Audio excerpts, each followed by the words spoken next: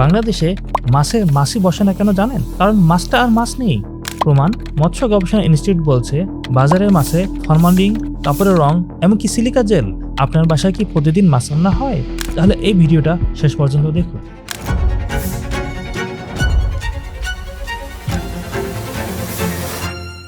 মাছ কি? বাংলাদেশের মানুষ প্রতিদিনের পাতে মাছ। আমাদের প্রাণজ প্রোটিনের 75% আসে মাছ থেকে। কিন্তু আজকে যে মাছ আপনি কিনছেন সেটা শুধু মাছ নয়। তাহলে কি হচ্ছে? প্রথমত ফরমালিন। মৃতদেহ সংরক্ষণের যে রাসায়নিক ব্যবহার হয় সেই ফরমালিন মেশানো হচ্ছে মাছে। কেন? কারণ ফরমালিন পচন বন্ধ করে, মাছ দিনের পর দিন তাজা দেখায়। 6টি জেলার 18টি বাজারে করা গবেষণায় দেখা গেছে আমদানি করা রুই, কাতলা, মৃগেলে ফরমালিন পাওয়া গেছে। দ্বিতীয়ত কাপড়ের রং। বাগেরহাটের কেবি মাছ বাজার সহ একাধিক বাজারে দেখা গেছে সাদা ফ্যাকাশে মাছকে টেক্সটাইলের রং মেশানো পানিতে ডুবিয়ে তাজা লাল বানানো হচ্ছে। কানকো লাল করা হচ্ছে কৃত্রিম রঙে। তৃতীয়ত সিলিকা জেল। চিংড়ি মাছের মাথায় সিলিকা জেল ঢুকিয়ে ওজন বাড়ানো হচ্ছে। ক্রেতা বেশি দাম দিচ্ছেন, কিনছেন বিষ।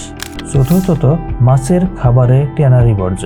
হ্যাঁ, ঠিকই পড়েছেন, সাভারের ট্যানারি স্টেট থেকে চামড়া কাটার বর্জ্য চুরি করে গুঁড়া করা হচ্ছে। সেটা মেশানো হচ্ছে মাছের খাবারে প্রোটিন হিসেবে। পঞ্চমত, ব্রয়লার মুরগির বিষটা সরাসরি পুকুরে।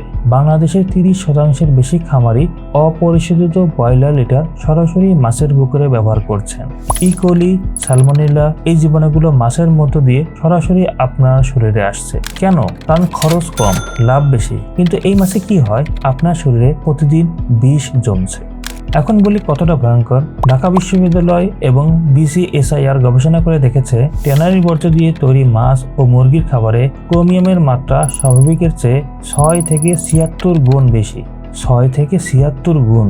শুধু তাই না, এই ক্রোমিয়াম রান্নায়ও নষ্ট হয় না। মাছ রান্নার পরেও এটা আপনার শরীরে ঢুকছে। এদিকে ব্রয়লারের লিটার নিয়ে বাংলাদেশ এগ্রিকালচারাল ইউনিভার্সিটির গবেষণা বলছে অপরিশোধিত লিটারের 36% ইকোলি পাওয়া গেছে, 18% সালমোনেলা। এই দুটো ব্যাকটেরিয়া পুকুরের পানিতে ছড়ায়, পানি থেকে মাছে যায়, মাছ থেকে আপনার পেটে যায়। আর ফরমালিন? আন্তর্জাতিক ক্যান্সার গবেষণা সংস্থা LARC এবং আমেরিকান FDA এই দুটো প্রতিষ্ঠানই ফরমালিনকে ক্যান্সার সৃষ্টিকারী পদার্থ হিসেবে তালিকাভুক্ত করেছে। কাপড়ের রং নিয়ে বাগেরহাট জেলা হাসপাতালের তত্ত্বাবধায়ক বলেছেন, এই রাসায়নিক পাকস্থলী, লিভার, কিডনি সবকিছুতেই মারাত্মক প্রতিক্রিয়া ফেলে।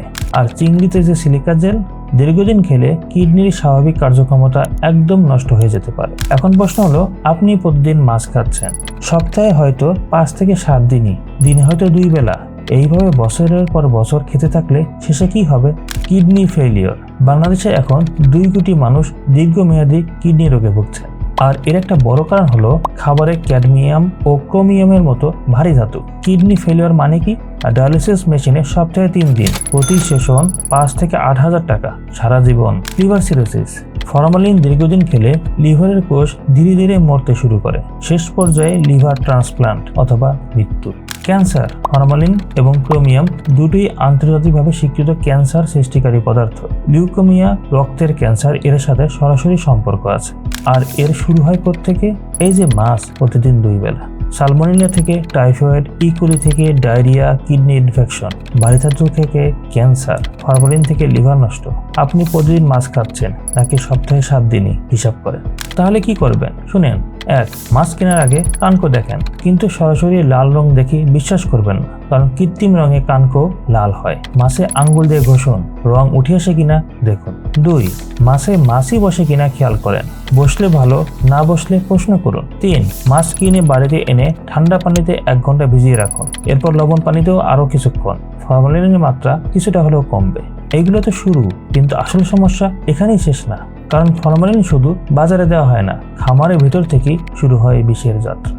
ঠিক আছে, মাছ তো বাদ দিলেন, এখন ভাবছেন সবজি খাবো। সবজি তো নিরাপদ, জানেন না? পরের ভিডিওতে সবজি নিয়ে বলবো।